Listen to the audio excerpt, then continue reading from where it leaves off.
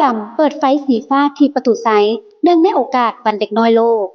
วันที่20พฤศจิกายน2024แม่นวันเด็กน้อยโลกเนื่องในโอกาสวันดังกล่าวนี้ได้มีกิจกรรมเปิดไฟสีฟ้าใส่ประตูไซต์ใจกลางนครหลวงเวียงจันทน์โดยมีเป้าหมายเพื่อสร้างความรับรู้เกี่ยวกับการปกป้องและการพัฒนาเด็ก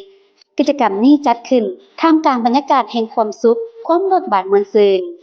แสงสีฟ้าที่ประดับอยู่ประตูไซต์เป็นสัญลักษณ์ของความร่วมมือระหว่างหน่วยงานภาครัฐ องค์การจัดตั้งสากล ภาคเอกชนและพ่อแม่ประชาชนที่มุ่งหน้าในการสนับสนุนสิทธิเด็กให้ได้รับการดูแลปกป้องและพัฒนาศักยภาพอย่างเต็มที่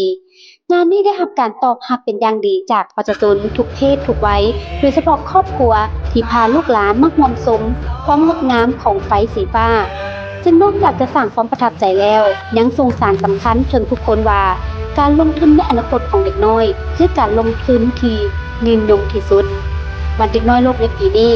บ่แม่นเป็นเพียงวันแห่งการเฉลิมฉลองแต่ยังเป็นโอกาสที่สำคัญในการเรียกร้องให้สังคมร่วมมือกันสร้างอนาคตที่สดใสให้แก่เด็กน้อยทุกคนโดยมุ่งเน้นสู่การให้ความสำคัญกับสุขภาพการศึกษาและสิทธิขั้นพื้นฐานของเด็กน้อยอย่างเท่าเทียม